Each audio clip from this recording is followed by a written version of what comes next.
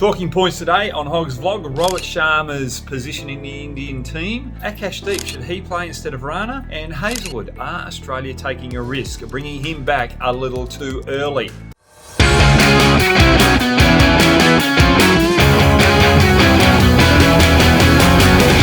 Before we get to those talking points, India lost the pink ball test match against Adelaide, but they still should be confident coming here to Brisbane because they beat Australia in Perth in the first test match on some tough conditions. There was a bit of bounce there was a lot of sea movement, but remember that was a red ball test match as well, which India are very confident with. But when you go to the pink ball test, Australia have played a lot more pink ball cricket and have had a lot of success, whereas India haven't played as much. So you expect Australia to be on the front foot there. But then we go to Brisbane. It's 1-1. This is meant to be the fortress of Australian cricket. They like to play opposition teams in the first test match when everyone comes here, but they haven't done it of late. Now remember, last year or earlier this year, West Indies beat Australia in Brisbane. And then we go to 2021, it was India who beat Australia in Brisbane in that particular scenario as well. Remember, India chased down over 300 runs. With a depleted batting lineup, they did not have the big gun there, Virat Kohli, but they also had a depleting bowling lineup. It was only Siraj, the main bowler of that test match, that was in the main starting 11 that actually played. They had Thakur, Saini, Natarajan, few debutants there, and they also had Washington Sundar. So they had 5 bowlers. Sundar could bat a bit, Thakur could bat a bit, but they still were able to knock Australia off with some good disciplined bowling, some courage with the bat, and they turned things around. So going here to Brisbane, it is a big moment of the series, of the World Test Championship, of where both teams are going to sit at the end of this particular series. So India need to win this because they'll be more likely to have a more even advantage out Melbourne and Sydney, where conditions are slightly more conducive to them than in Brisbane. But as I said, they've got confidence. Now let's go into those talking points. The first one I want to talk about is Akash Deep. Should he come in instead of Rana? I think he should, because he's done exceptionally well over in Indian conditions. He hits those good lengths, he attacks the stumps, and he gets a little bit of nibble as well. Rana has played 2 test matches in a row. Give him a little bit of break. Bring in someone fresh, such as Akash Deep, and try and get him just to bowl that Glenn McGrath type length out Brisbane, just attacking the top of off stump, just trying to get it a nip off that surface. If he can do that, it's going to give his team a good chance of having a bit of success in Brisbane. The other thing here, when we look at the Australian team, is they're still vulnerable up in the top order. McSweeney and Labuschagne batted extremely well in the last test match out at the end of day 1 to get through that tough period, but they wore the Indian attack down and allowed Travis Head to take control the next day. But you've got to understand that McSweeney's still a little bit nervous. Khawaja is out of form and Smith is out of form. They've got to expose these 3 batsmen and try and get to Travis Head as early as possible. If they can't do that, they're going to get blown out of the water again here in Brisbane.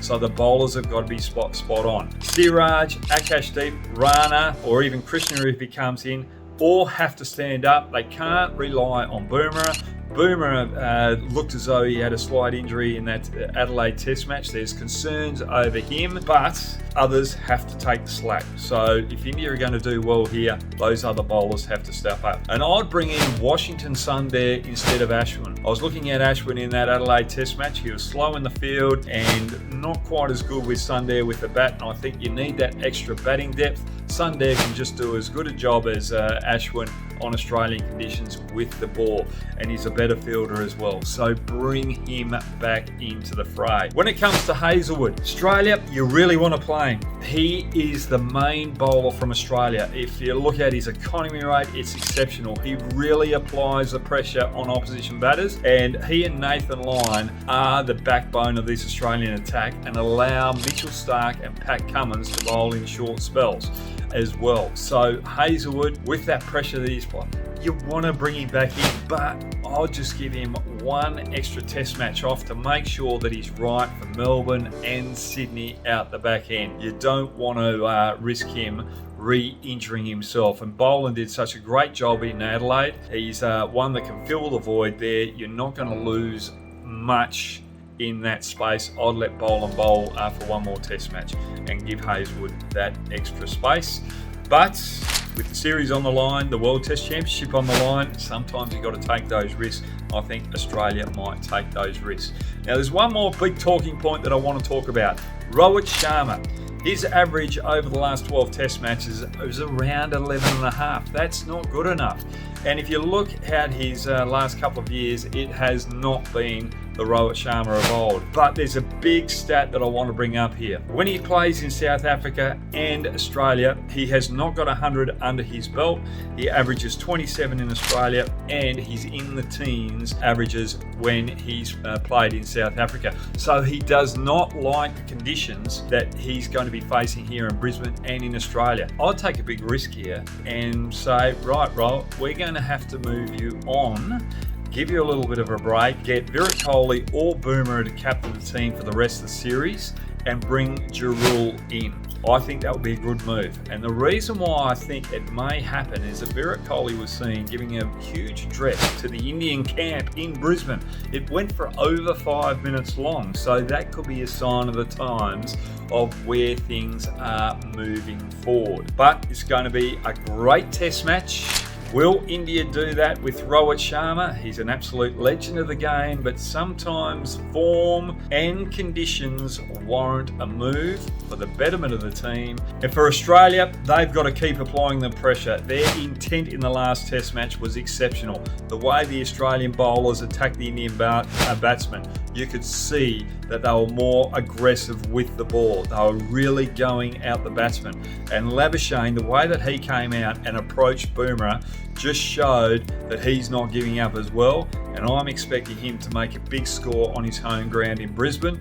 And those particular scenarios, the Australian intent and Labuschagne's batting is going to tip them over the edge to make sure that Australia win this test match and go 2-1 up in the series. Now, I want your comments downstairs. What do you think the changes should be to the Indian and Australian teams? And who do you think you will win? I'd like to hear those comments, and I'll see you next week for a live Hogg Out after the test match.